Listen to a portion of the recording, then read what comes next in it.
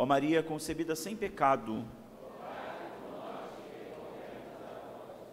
Queridos irmãos e irmãs, já passamos da metade do tempo do Advento, que esse ano particularmente tem passado bem rápido. Nós, nesse tempo litúrgico, como já temos ouvido, é um tempo bastante pedagógico. Ele nos dá a mão para esperar o caminho do Senhor, para nos preparar bem, com palavras, com temáticas e com personagens muito claros. Hoje nós ouvimos mais uma vez esse trecho de João Batista, só que segundo o Evangelho de João, em outro lemos segundo outro evangelista. Semana que vem será a imagem, a pessoa da Virgem Maria, mas já será dia 24 de dezembro. No entanto, a temática que permeia toda a liturgia, em todos os, seja nas antífonas, nos cânticos, que a liturgia por si mesmo já se prepara para o uso, como mencionava o cântico, a antífona de entrada, mas também na liturgia da palavra, a temática está muito em volta do texto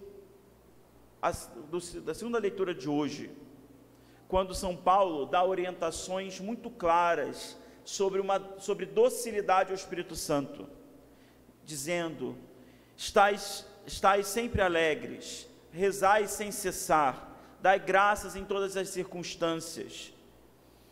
E no final ele diz: aquele que vos chamou é fiel, e ele mesmo realizará isso. Ou seja, todo esse trecho de São Paulo, quando ele fala que é aquele que chamou, ou seja, o próprio Deus, dará todas as condições e fará crescer todas as coisas no coração dos fiéis, ele fala antes de uma disposição que deve estar no coração, bem clara, no coração de todo cristão. Quando nós celebramos o Domingo da Alegria, nos vem à mente o que é alegria, afinal de contas. No nosso tempo, nós facilmente confundimos a alegria com euforia.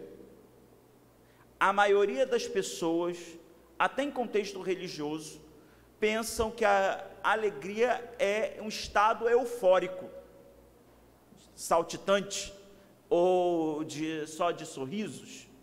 Mas a liturgia, na contramão disso, inclusive a própria palavra de Deus, na contramão disso, contrasta as alegrias eufóricas, ou a pura euforia terrena, as alegrias pelas coisas passageiras, com uma verdadeira alegria.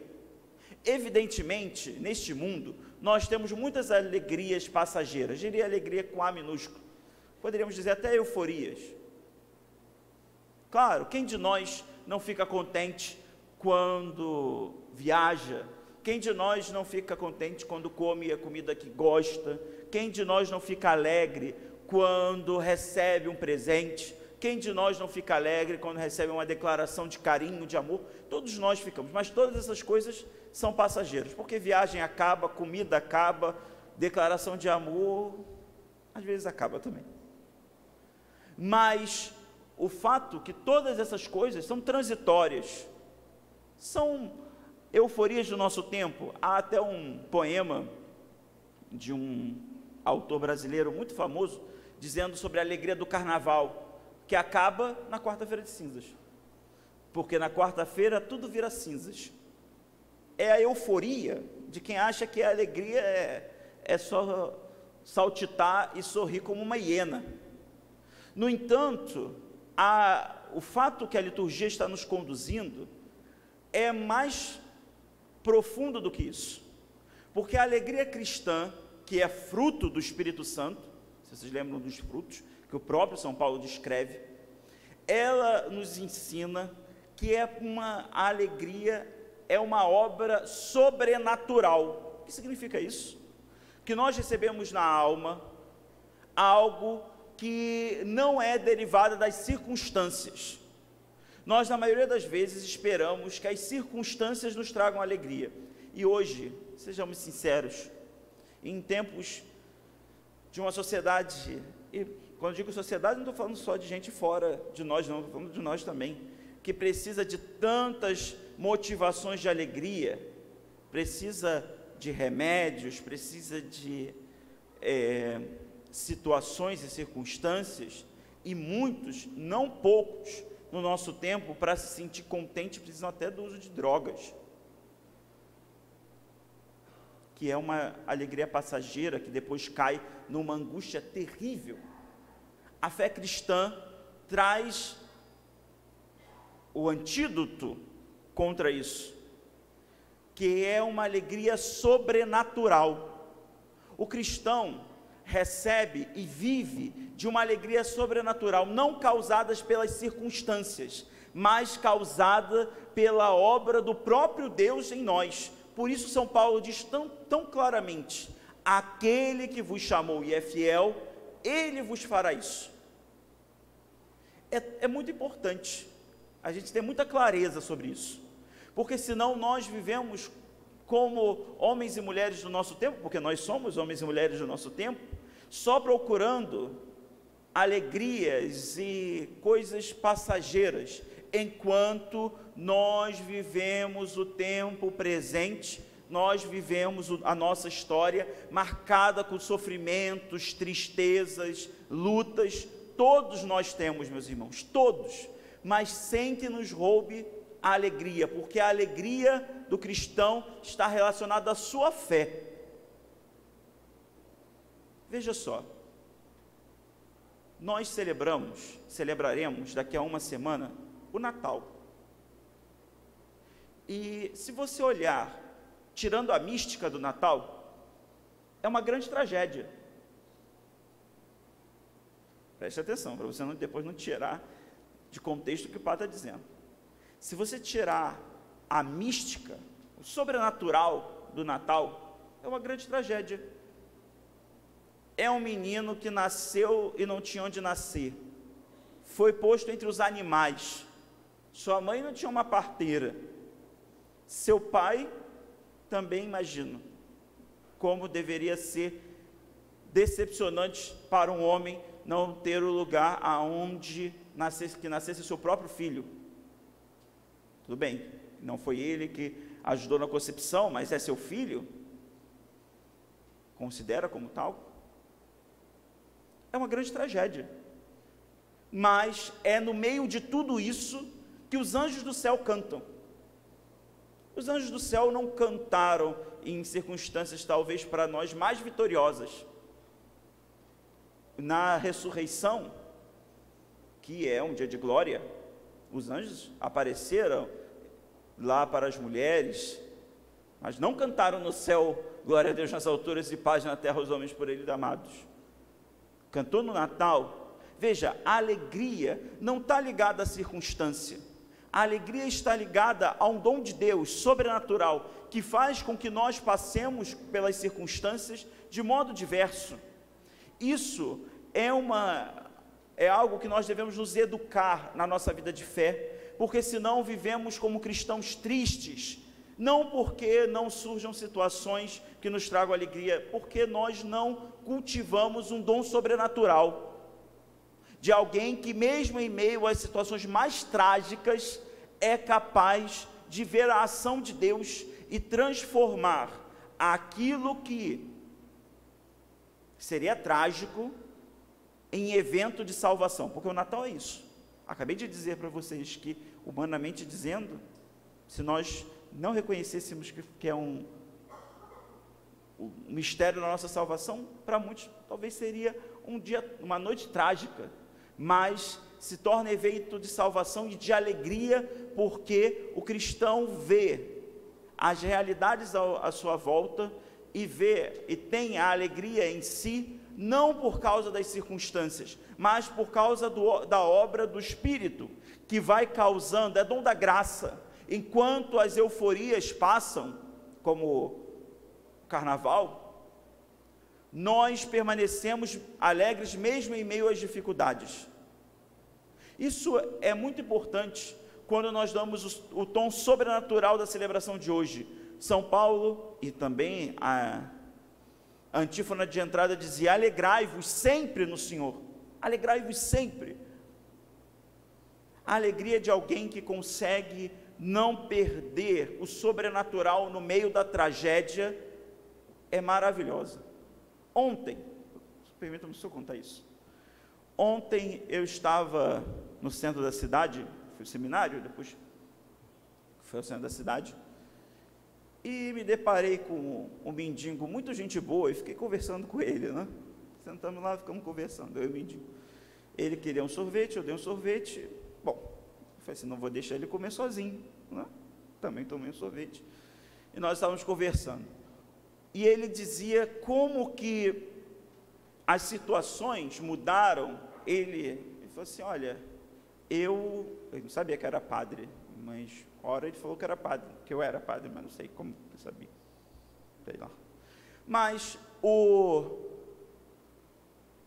e ele dizia que perdeu todas essas coisas, e ele estava antes comendo uma coisa, e ele falou assim, mas eu tenho um companheiro, era um cachorro, porque mas muitos mendigos têm um companheiro, não é? Um cachorro, e ele comeu um pedaço do que ele estava comendo, e deu o outro cachorro.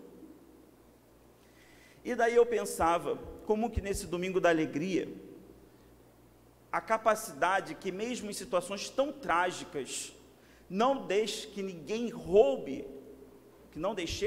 roube a nossa alegria pela vida que Deus nos dá, porque não é uma alegria de circunstâncias, faz com que nós compreendamos que a vida cristã se direciona para mais do que coisas passageiras, mais do que objetos ou circunstâncias. Por isso, a vinda do Senhor até nós, que celebraremos no Natal, enche o mundo de ânimo, mesmo em meio a tanta tragédia, mesmo em meio a tanta guerra, tanto problema, tanta pobreza e dificuldade, a capacidade de um homem de enxergar com alegria tudo isso, é sinal de que ele não coloca as suas esperanças nas coisas passageiras. Quem coloca a sua esperança nas coisas passageiras, quando algo não dá errado, logo entra em desespero. Aliás, quando algo não dá certo, logo se desespera, porque aquilo saiu do seu controle, e nós normalmente queremos que tudo esteja exatamente do nosso controle. Quando aquilo não é realizado da sua forma, nós entramos em colapso, porque normalmente queremos prender a providência de Deus no nosso modo de pensar, e não é capaz de se alegrar com a providência no meio de situações dificultosas, porque nós somos imbuídos, não por São Paulo, mas por um espírito mundano, de pensar que a alegria, primeiro, é uma euforia, mas a alegria está ligada às circunstâncias. Como aquele homem, sinal de Deus,